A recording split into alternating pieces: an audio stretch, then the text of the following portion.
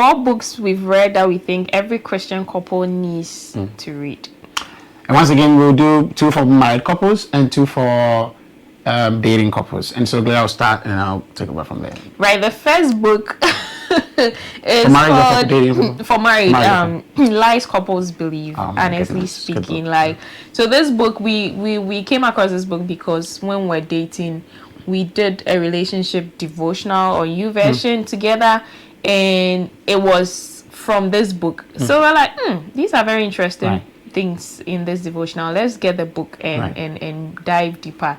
And honestly, like, this book really challenged a lot of my views as a new, and I think it was one of the first books we read when we got married. It really challenged my views, as a new couple. And I mean, most of us out there, when we are entering into marriage, there are a lot of things a lot of fantasies that we have, right?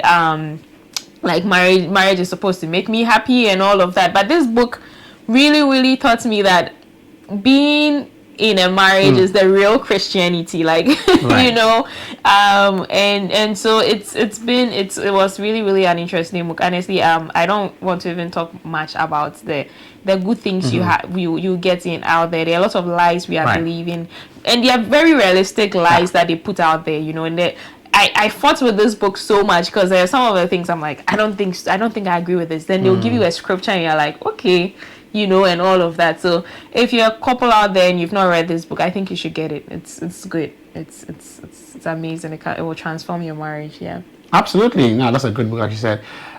Before I say that, I talk about the second book, I would say that for every book, in fact, as a matter of fact, everything any human being ever does will never be perfect.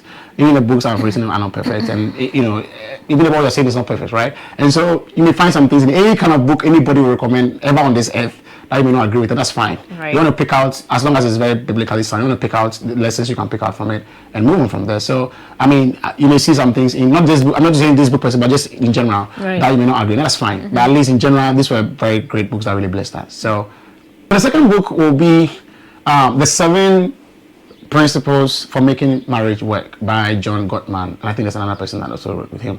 John Gottman is a Jew, but the book is amazing. Come from so many years of research with couples. I'm a therapist, like I said, a couples therapist, and I use a lot of his materials for he has a whole, just lots of information for therapists. And so I've gone through all the 2 levels of his training. He has 3 levels, and I use it a lot. And this book is one of the, game changers, wonderful book. Even though it's a Jew and it's not really necessarily writing from a biblical perspective, it's a lot of biblical principles, man. I mean, I think there was someone who actually picked the book, and I've forgotten who and the title of that, and kind of like added scriptures to show that these points are actually biblically sound, And but the point is, hey, it's powerful. It's from at least it's scientifically proven research. In fact, one of the things that he said that always surprises me when I say it is that 69% of all marital problems cannot be solved. Now, I know when you hear that, like, what? Then why do we have to marry? Let me be single. Well, don't wait a minute. Now, the whole point is that there are things that can easily be changed in marriages, and there are things that cannot necessarily be changed easily, and you needs adjustment, right? Like, I love soccer. I play soccer. I watch soccer. If God tries to change me by saying, Alex, man, stop watching soccer and stop playing soccer because I don't like soccer, well, we'll fight. It's not going to work, right? Because it's just part of me. And it's one of the things that makes me who I am as Alex. So she has to adjust to so that's part of the 69%. About something else, like maybe when you go play soccer, you spend 2 hours talking to friends before you come home. That's something I can work on. When you finish, can you spend 30 minutes instead of 2 hours? You know what I mean? So that's the 31%. But this book is really so good, and I think every married couple needs to read that.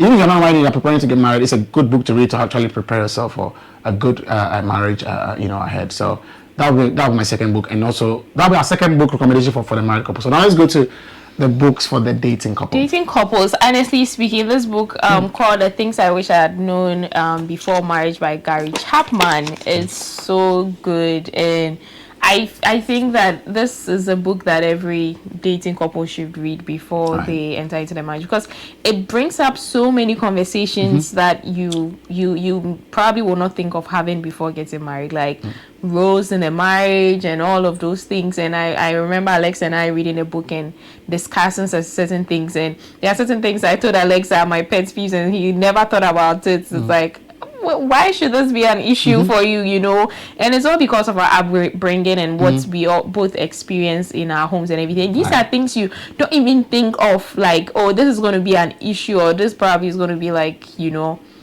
an issue. Like I remember one of the couple mentors we met mentioned how toothpaste was like an area of contention in their marriage for a very long time. And these are some of the little things that when you read the book, it's it brings up some of these things that you don't even think of, that you can discuss with your partner, and your partner knows that, okay, my wife to be or my husband to be doesn't like this or that. And so when it happens in a marriage, it doesn't mean it's going to be solved, but at least it's not as surprising, and it's you're able to resolve it easier than it's being a surprise, right? So yeah, I think that's one book I recommend.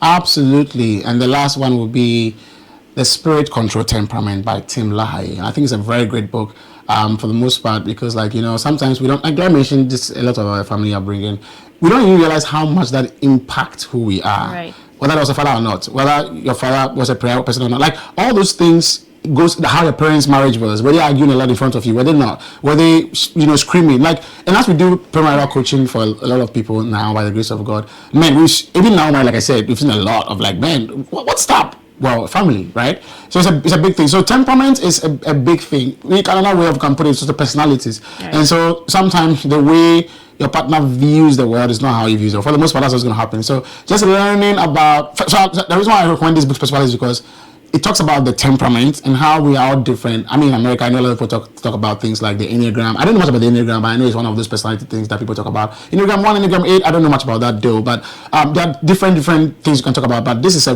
really good book, and that focus on the four common temperaments, which is phlegmatics, cholerics, melancholics, and sanguines. And everybody has a primary temperament according to the research, and then maybe a secondary one, whatever that looks like. But why I really recommend this book for a Christian couple is because, like that the title says, spirit control temperament. So after talking about the whole temperament thing, the strength and the weaknesses, like for example, I am primarily a sanguine, very exciting, very loud, very the life of the party, like I like to make promises a lot, I like to make people happy, and a people pleaser. But that comes with weaknesses as well. So I can just say, well, I'm a sanguine, that's why I make the promises I don't fulfill. Well, you got to work on that. The Holy Spirit lives in you. So we don't just use that as an excuse. So first of all, understand that this is who you are, or this is what your temperament is.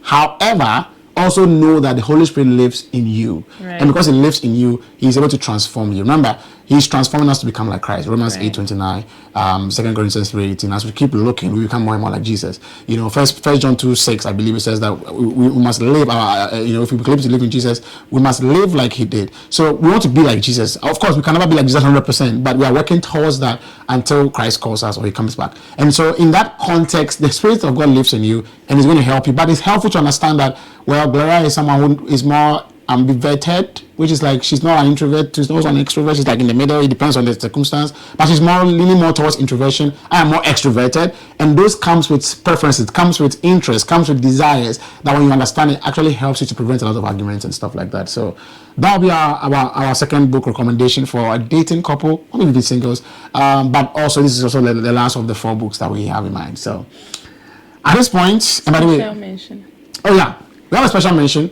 And so now this is a special mention. It's a nice Christmas, New Year, whatever gift for you guys. And so now and that will be, we published 2 books by the grace of God. I published the first one in my name, Alex, Single and Satisfied, and then the second one was the 2 of us. We did long distance for 3.5 years. Like I said earlier, 1,239 days. And so we write from our experience, and that's the second book, Dating and Satisfied. It's a really good book. It's blessed a lot of couples and all of that. Now, this is the thing. I'm actually, updating it. Have the second edition coming out very soon for both books, and other books coming out as well by the grace of God. And so, hey, go to Amazon, type the name. Watch out for the books coming out. But at least you can still benefit from the one that is already published. So go to Amazon, type out Alex Sasu or whatever that looks like. Type Still and Satisfied, add my name to it, and then you see both books. Very cheap to buy, and then it will bless you. Look, invest in books. So that will be a special mention to you. Get it, and it will be a blessing to you.